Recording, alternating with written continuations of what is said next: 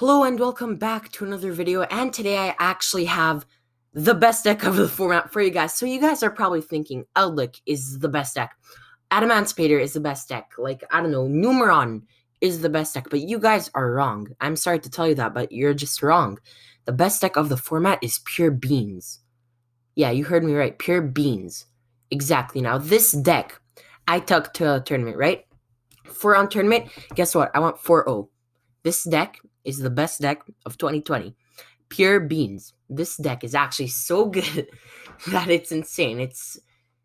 You just wait for some of these explanations. You will understand the synergy and how good Pure Beans featuring MOKEY really is in 2020. Be sure to like, comment, and subscribe, and let's get right into the video. So first off, we are running one Absolute King Backjack. This card is an old combo type tech back from a while ago. It pairs up with Fiend Griefing, which basically you can target one monster in your opponent's graveyard and shuffle it into the deck, and then you can send a Fiend type monster from your deck to your graveyard, which allows you to actually send your Absolute King Backjack. And guess what? When it's sent to the graveyard, you can excavate the top 3 cards of your deck and place them in any order you want, and then during your opponent's turn, you can banish it and then excavate the top card of your deck, and if it's a normal trap, you can set it. So what you can do is you can look at your cards, you can stack it so there will be a normal trap, and then you banish it during your opponent's turn to set literally any of your traps that are normal traps during your opponent's turn. It's absolutely hilarious because it's actually so clutch and so good because you can activate the trap that you set in the same turn.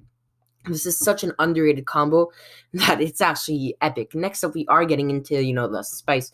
Double Bean Soldier, just because, it's beans, and yeah.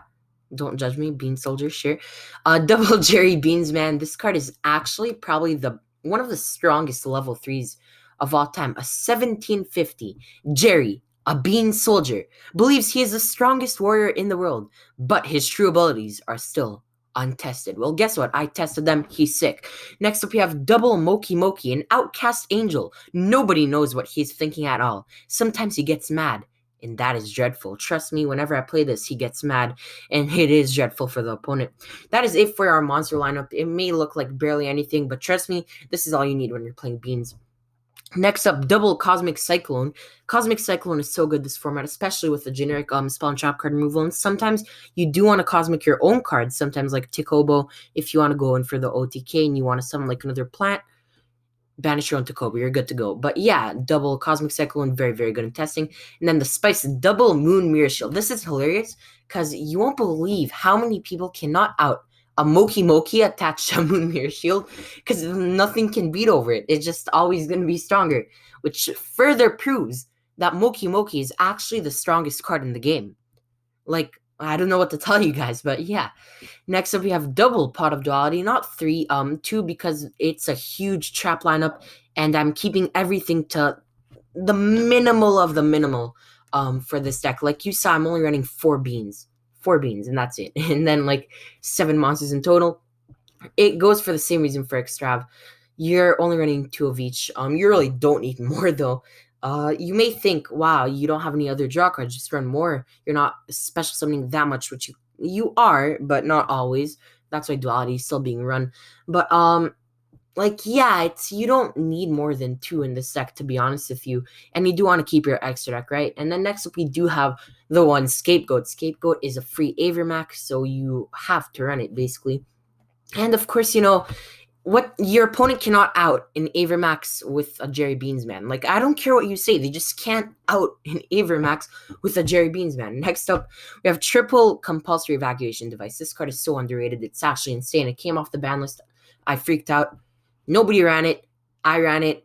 I won games. Okay, like, this card's actually so good. If you time it properly, it can just end your opponent's whole turn.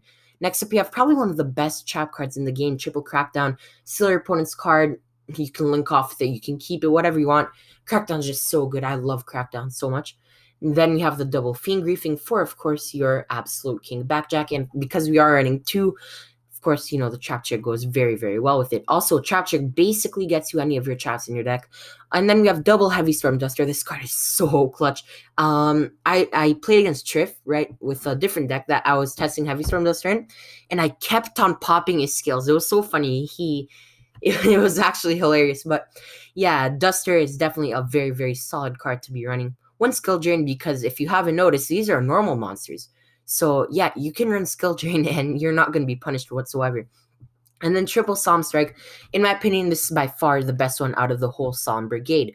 Judgment is way too much life points, and it can't negate monster effects. And I just think that in this format, and really in all formats, the ability to negate a monster effect is just so good. Even though Judgment can negate spawn traps, sure, that's amazing, but Strike negates monster effects, and that's really important. We also have double Storming Mirror Force. This card cheeses your opponent so much. It's actually hilarious. It cheeses them on levels that you do not understand. Like, you can trap trick into it, and then they know it's there, so they won't attack. Or you can just hard draw it and then sack them. Their whole board goes back to their hand.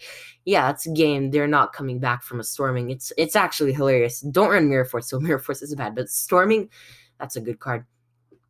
Triple Takobo. This card is so good because nobody can out it, and we are running so many different things. Like, that's a fiend, and we barely summon it, but when we do, yeah, it works. We are running 2 plants. That's the only thing that kind of conflicts with it, but let's be real. All you need is a Jerry Beans Man to win, a fairy, and then like machines. Like, you have Cybruses, fiends, and then like some more Cyberus, like, and then another Cyberus, actually. Beasts. You have literally spellcasters. Like, yeah. Takobo is game for your opponent, not game for you, though. We have double Titanocider. It's a better lost wind. I might as well run it, right? You can get it off trap trick. It comes in handy. Negate your opponent's Hockey Fibrax, negate your opponent's Link Cross. It comes back. I like it. Might as well run it. And then you have triple trap trick to round off the main deck, so we can get basically our Compulse, Fiend Griefing, Heavy Storm, Duster, Titanocider, and of course, Storming Mirror Force. And yeah, that is it for the main deck. Let's go on to the extra deck over here. We are starting off with double Chimera Tech Fortress Dragon for the Cyber Dragon matchup, because this deck is not tight whatsoever. So yeah, I'm running some Chimera Techs that I can contact fuse with my opponent's cards. It's fun. Double Mega Fleet for basically the same reason. In the Cyber Dragon matchup, it's actually insane because we're running these.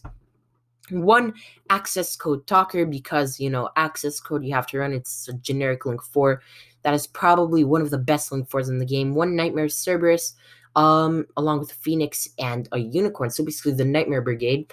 All of these are very good. They help out your opponent's cards, and that's basically what you want to do. You just want to break your opponent's board, and then you want to not let them play further.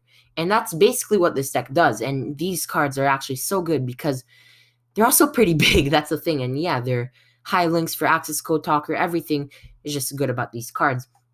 Link Spider is basically a given in the deck because we are running 6 normal monsters. We have to run Link Spider along with our double Link Rebo, because guess what?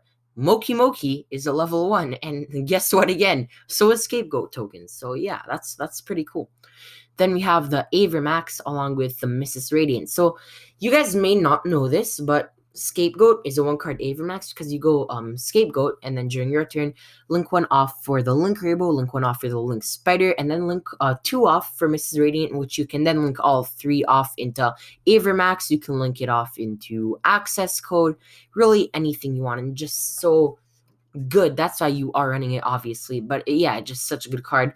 And then finally, double Relinquished Anima. Anima is so underrated this format as well. Like, it steals your opponent's card. It's a Relinquish, that's a Link monster. Not Relinquished, what's it called? Thousand Eyes, that's on legs, that's not a fusion, that's so easy to get into. You have to run it, especially, with your Moki and your Scapegoat. Next up, we have, of course, for our side deck, triple Ash, because as you saw, we're not running hand traps. If we're going second, we want to basically, if we're going second, we can side in our whole extra deck if that's really necessary. Triple Ash, triple Valor for the same reason. Valor, in my opinion, can be better than Imprim, and not because we aren't running Phantasmate, isn't really, but at the same time, just such a good card, and it's a body. It's another level 1. So I decided Valor instead of Imprim. Triple Nibiru, the Primal Being, because yeah, Nibiru, bye your turn. And then triple Lightning Storm, because this card's just so good. Like, I don't know what Konami was thinking, but Lightning Storm is broken. Like, free games left and right. And triple Evenly Matched for our final card in the side deck, because once again, if we're going second, can literally side in our whole side deck and we just win the game. And yeah, that is it for the deck profile. Thank you guys so much for watching. I hope you guys have enjoyed. And of course, remember, Adamantipator, not a good deck. Eldlik, not a good deck. Who cares about Numeron when you have Beans in 2020? Let's go, people. Peace.